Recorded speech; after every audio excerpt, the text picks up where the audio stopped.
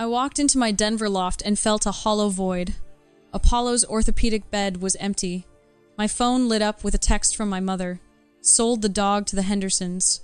Family comes first. Dylan needed money, and we are saving you $72 a month on dog food. I typed a single word in response. Understood. They thought they had sold a pet. They didn't know they had just illegally trafficked a $30,000 federally protected service animal, detonating the $75,600 financial lifeline, keeping them afloat. Drop a comment and let me know where you're listening from and what time it is for you right now. I'd love to know who's part of our community. An anomaly in a dataset requires immediate correction, not an emotional reaction. Panic is a luxury for people who haven't spent their lives managing other people's disasters. My fury lacked volume. It operated purely on logic. My parents had just triggered a total financial audit, and they were about to fail it. Crossing the room to my filing cabinet, I extracted the thick blue folder labeled ADA documentation. It contained Apollo's federal registration, his training certificates, and the medical evaluations confirming his status as life-saving medical equipment. He was not a pet. He was a $30,000 extension of my own nervous system. 20 minutes later, I stood at the front desk of the local police precinct. Framing the situation as a family dispute would guarantee a slow response. Framing it as grand larceny changed the priority immediately. I handed the desk sergeant the paperwork, stating clearly that my federally protected service animal had been stolen and illegally transferred to an unauthorized buyer. Within the hour, 2 squad cars trailed my vehicle to the Hendersons' sprawling suburban estate. It was a beautiful Saturday afternoon. My parents were actually there, lounging on the Hendersons' wraparound porch, sipping iced tea and celebrating their brilliant financial maneuvering. The Hendersons were old money, exactly the kind of people my mother Patricia spent her entire life trying to impress. The color draining from my mother's face when 2 uniformed officers stepped onto the manicured lawn was a priceless metric.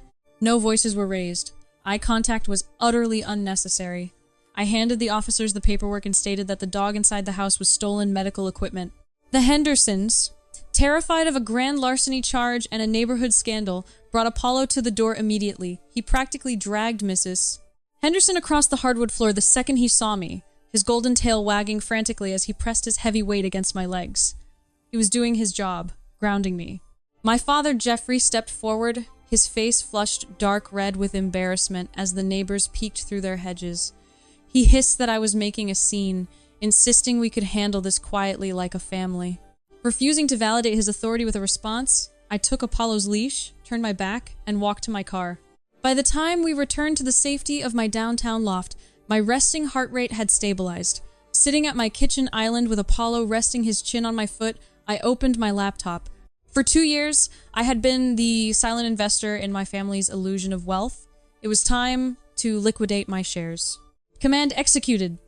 The automatic transfer covering the mortgage on their Aurora home canceled. Access revoked. The joint savings account I funded for their emergency medical expenses drained and closed. Authorization denied. The credit line I co-signed so my mother could maintain her country club appearance permanently locked. It took exactly 12 minutes to sever a $75,600 financial cord. They weren't just cut off. They were bankrupt. And they didn't even know it yet. As the system processed the cancellations, the silence of my loft transformed from hollow to secure. Apollo watched my breathing, always working, always keeping me tethered to the present. He was my anchor against the severe post-traumatic stress I had spent years hiding from my relatives. To them, my trauma was an inconvenience, and Apollo was just an expensive designer accessory. To me, he was survival. I stared at the banking spreadsheet still open on my monitor. $75,600. That was the exact cost of my family's conditional affection over the past 24 months. I had lived in a minimalist apartment, eaten generic groceries, and skipped every vacation to ensure Patricia and Jeffrey never lost their suburban fortress. I had been their personal financial safety net, funding their illusion of upper-middle-class stability while quietly bearing the weight of their constant manufactured emergencies. Observers looking from the outside always ask the same logical question: why would anyone transfer that much wealth to people who treat them so poorly? They do not understand the insidious trap of normalizing cruelty. When you are raised as the family scapegoat, you are conditioned from birth to believe your basic existence is a burden. I was taught early on that acceptance was a premium commodity I had to continuously purchase. I wasn't funding their lifestyle out of pure blind generosity. I was desperately paying rent for my right to belong in my own family. It was a psychological subscription service, and my empathy was an inexhaustible fund they had completely bled dry. They had normalized their exploitation of me so thoroughly that selling my $30,000 medical equipment to fund my golden child brother did not even register to them as a betrayal. In their minds, it was just a practical reallocation of their own assets. But seeing Apollo standing on the Hendersons' porch, confused and separated from his handler, had shattered that lifelong programming permanently. Searching my chest for a fractured sense of daughterly duty yielded nothing but cold, hard metrics. This was not the tragedy of a broken home. It was the termination of a parasitic contract. The fallout commenced not with apologies, but with staggering vitriol. My phone vibrated on the kitchen counter, lighting up with a barrage of notifications that painted a perfect portrait of their delusion. Responding to the voicemails was out of the question. My mother was first, her voice shrill with outrage. She demanded I call her back immediately, screaming about how I had humiliated them in front of the Hendersons. She ordered me to fix the mess I had created and turn the mortgage payments back on before I caused any more damage. There was not a single word about Apollo. There was no remorse for selling my medical lifeline. Her only concern was the crack in her country club facade. Texting my father back would only validate his false authority. He called me an ungrateful daughter, reminding me that they had raised me and claiming I was deliberately ruining Dylan's chances at success. As for Dylan's pathetic social media post, engaging would merely feed the algorithm of his delusion. My brother had posted a vague, passive-aggressive status about how sad it is when toxic sisters try to tear down real entrepreneurs, ending with a note that family should support family. The sheer audacity of their demands was perfectly predictable. It is a textbook case of narcissistic entitlement, the illusion of power from an empty wallet. For years, Patricia and Jeffrey had built a hollow shell of arrogance. That performance was entirely rented, funded month by my paycheck. Because I never demanded gratitude, they had gradually convinced themselves that my money was actually their money by inherent right. They confused my financial support with their own personal power. They believed they were the masters of an empire, completely forgetting they were just tenants in a reality I was subsidizing. They demanded I turn the automatic payments back on with the authority of executives giving orders to a subordinate. They did not realize they were attempting to order a bank to reopen a permanently closed account. I opened a new folder on my desktop and saved the audio files and screenshots. They were building their own case against themselves. Shouting is for people who lack leverage. I am a senior data analyst, my leverage is information, and I wielded it with unfeeling precision. Booting up my dual monitors, I extracted 2 years' worth of banking records, exporting every transaction, transfer, and deposit into a master spreadsheet. My first move was formal severing of the largest liability.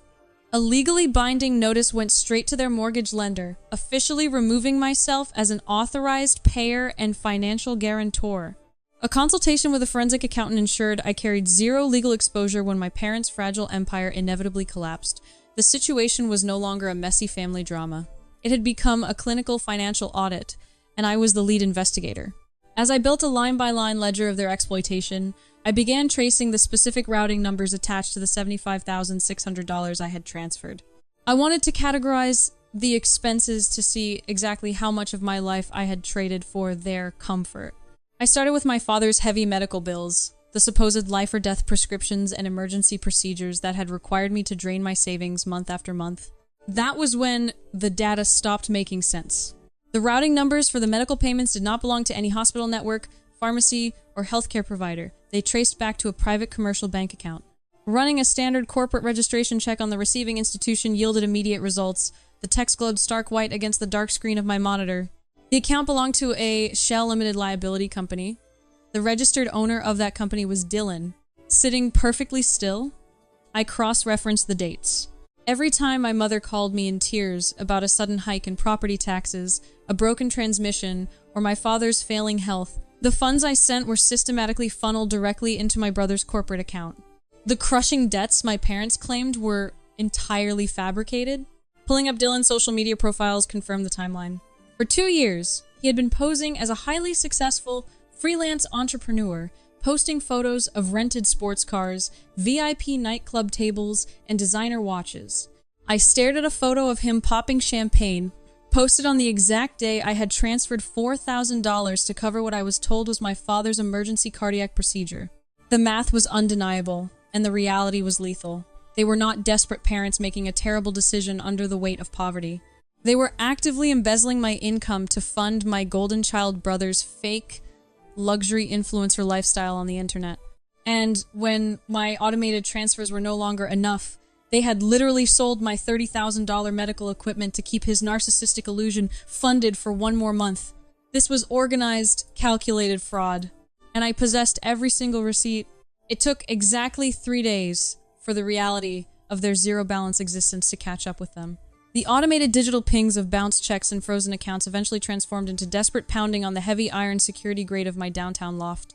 They had tailgated a delivery driver into the building, bypassing the lobby intercom, but they could not bypass the reinforced steel separating my sanctuary from their panic. Standing in my entryway with Apollo sitting calmly at my side, I watched them. He didn't bark. He maintained the steady, trained focus of a dog who knew exactly what his job was. My job was to finalize the audit. Patricia, Jeffrey, and Dylan stood in the hallway.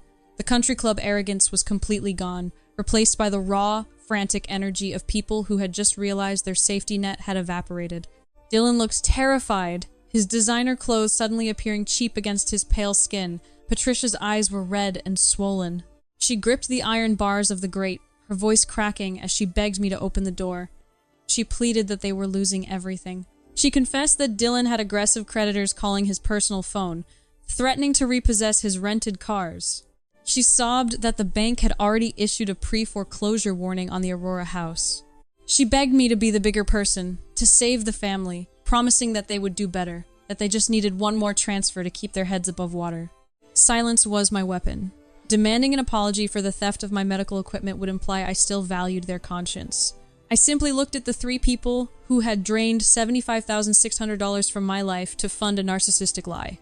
Reaching over to the console table, I picked up a thick, heavy manila folder. Inside were the printed financial files, the routing number traces, and the corporate registration for Dylan's shell company. It was the complete, undeniable autopsy of their fraud. Kneeling down, I slid the thick stack of paper beneath the gap at the bottom of the iron grate. It stopped right at my father's shoes. My mother stopped crying, looking down at the folder in confusion. Dylan stared at the exposed corporate documents peeking out from the manila cover, the blood draining completely from his face as he realized his phantom empire had been thoroughly deconstructed. My voice was absolute ice. I am not funding the illusion anymore. You are on your own. Their response was irrelevant. Turning my back on the hallway, I gave Apollo the command to follow and walked into the quiet, protected warmth of my home, leaving them to collapse under the crushing weight of their own bankruptcy. Winter settled over Denver, burying the noise and chaos of the past few months under a thick, quiet blanket of snow. The dust had finally cleared, and the consequences I had set into motion had fully materialized. The bank officially foreclosed on the sprawling Aurora house in late November. Without my monthly transfers to prop him up, Dylan's shell company quickly dissolved. His rented sports cars were repossessed, his VIP memberships canceled, and his fake influencer lifestyle collapsed into a mountain of aggressive debt. Patricia and Jeffrey were forced to pack up whatever they could salvage and move into a cramped, low-income apartment on the outskirts of the city. Their country club friends stopped returning their calls, and the social standing they had sacrificed me to maintain was entirely obliterated. Schadenfreude wasn't part of the equation, nor was pity. They had simply received the bill for their own arrogance. Walking Apollo through a frost-covered park near my loft, I watched his paws leave perfect, steady prints in the fresh snow. The air was crisp and biting, but for the first time in my life, my chest felt completely clear. Society drills it into us, that blood is an unbreakable bond, that walking away is a failure of love, a sign of selfishness, or a tragic lack of forgiveness. But I have learned a deeper, more difficult truth. Letting go of a toxic bloodline is not a failure. It is the ultimate necessary act of self-preservation.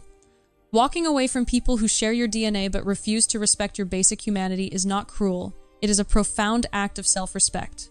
Blood does not grant anyone the right to hijack your life, and family is not a suicide pact. Sitting down on a cold, wooden bench, I felt Apollo immediately step closer, pressing his warm, solid weight against my legs. He looked up at me, his eyes soft and alert, ensuring my nervous system remained regulated. Pulling my phone from my coat pocket, I opened the cloud drive holding my old banking spreadsheets and the forensic audit of Dylan's fraud. I stared at the files one last time. The audit was over. I selected all the files and hit delete. Watching the data vanish from the screen, I exhaled, my breath pluming white in the freezing air, and the final remnants of my lifelong guilt evaporated with it. My phone is silent now. There are no manufactured emergencies, no screaming voicemails, no demands for money I traded my youth to earn. There is only the quiet, beautiful rhythm of a life that finally, truly belongs to me. If you've ever had to walk away from people who shared your blood but not your values, I want to hear from you. Drop a heart in the comments to let me know I'm not alone, and don't forget to subscribe if you believe in choosing your own peace.